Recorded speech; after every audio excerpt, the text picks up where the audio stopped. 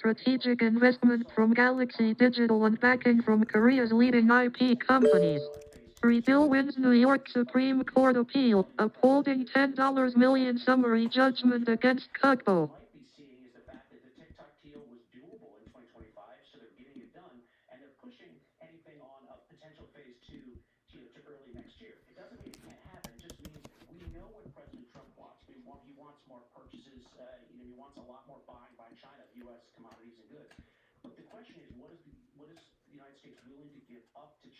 Crypto.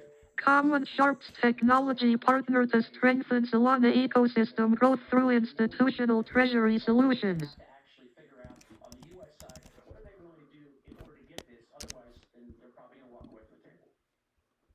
Leland, thanks for the update.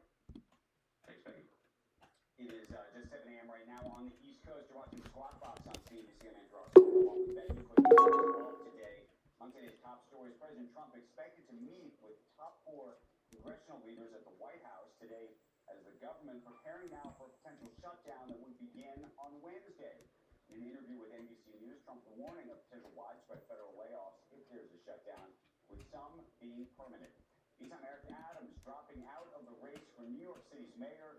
His departure now putting the focus on former New York Governor Andrew Cuomo and Democratic Socialist Zohran Mamdani, who has a commanding lead in the polls and the betting markets. And a programming note, Kathy Wild, President and CEO of the Partnership for New York City, she's going to join us at 7:50 a.m. Eastern Time this morning.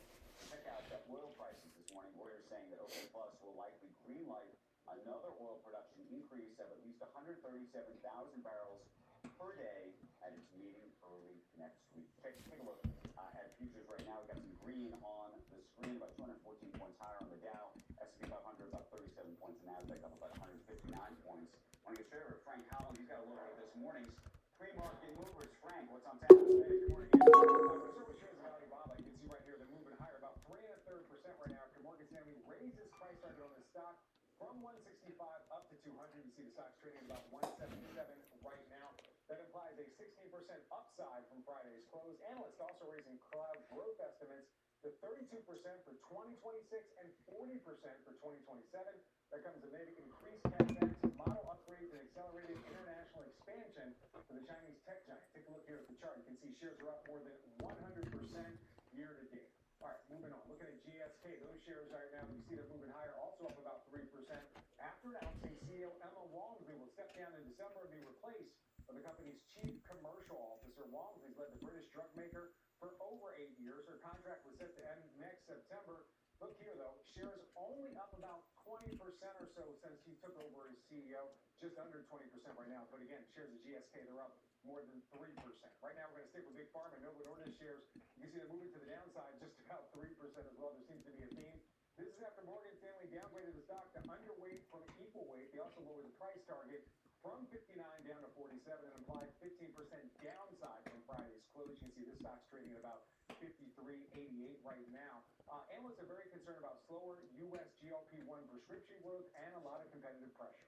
For more on that and other top analyst calls today, head over to cnbc.com/pro, where subscribers get more access to detailed analysis of the day's big calls and its biggest stories. Andrew, back over to you. Frank, thank you for that. Appreciate it. Nice to see you. Pharma companies are expected to submit plans to the Trump administration today for voluntarily lowering drug prices. And Joe People joins us right now with more on the deadline that's approaching and what's happening behind the scenes. Angelica, what are you hearing? Yeah, Becky. Well, so far we haven't heard companies making many concrete promises. Most are telling us that they're in talks with the administration and that they don't have anything to share yet. We've heard a number of CEOs like Lilly's Dave Ricks and just last week on your show, Merck's Rob Davis, say that they agree with President Trump that other countries should pay more for drugs, but we haven't seen much to actually raise those prices elsewhere.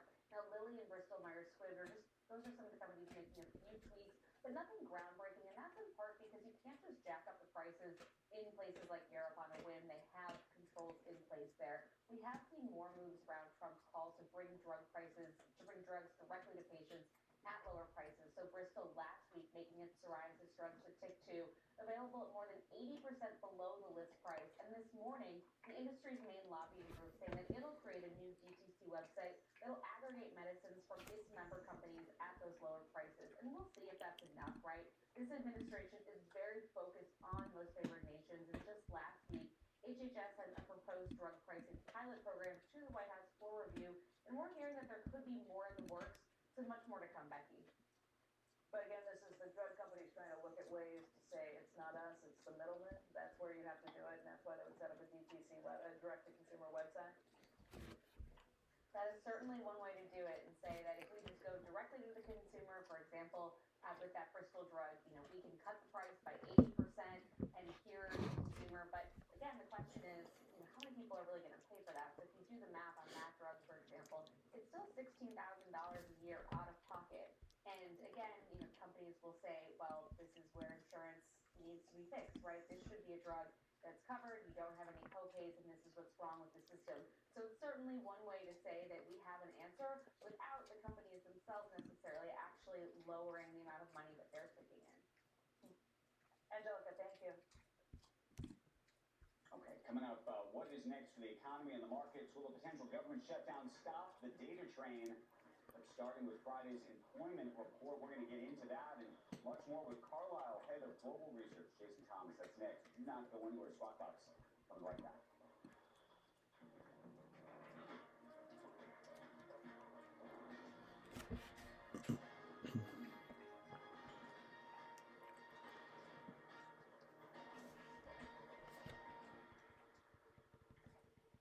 How will you shape the future of energy with confidence? From supply and demand to pricing uncertainty, EY understands disruptions energy companies face. The mission for power and utility companies is to provide reliable, affordable energy. We're helping our clients build ecosystems across the entire value chain of energy. In the plants, at the pipeline, and on the grid. EY's full spectrum of services help you maximize operations to drive profitability and performance. EY, shape the future with confidence. YouTube TV may drop your favorite sports. No more football or NBA. Plus, no NASCAR or Golf Channel. YouTube TV customers, act now to keep watching your favorite sports. Go to GetYourChannels.com now.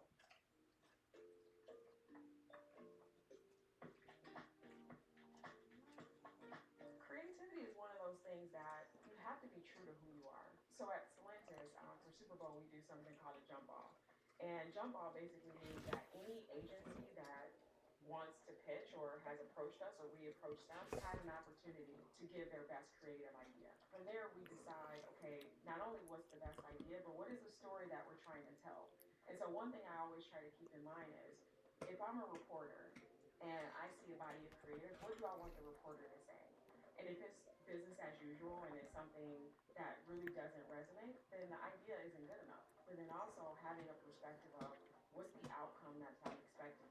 Am I trying to inspire and engage? Am I trying to entertain? Or am I trying to get someone to take some sort of action? But that end result typically is, what do I want people to walk away with? My first ambition in life certainly was to be a pro athlete. I come from humble beginnings, born to teenage parents from Baltimore, Maryland. So for me, like many kids, you aspire to change your family's life, and a lot of that is through sports. The locker room is one of the most diverse places that you can find. Striving toward one goal. 100% my leadership skills came from my time on the field as a quarterback. Our first-person NFL VR game allows fans to see what it's like to be their favorite athlete. Being able to see an idea turn into a company is one of the most fulfilling things that you ever could experience.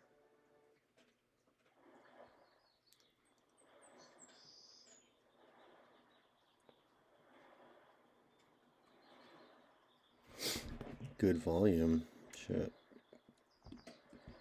Great volume. Volume's increasing.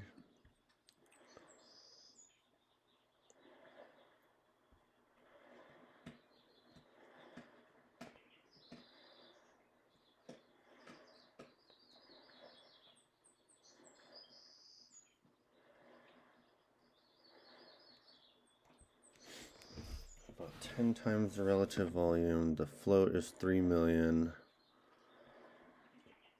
The news was an impact of 4, sentiment of 4.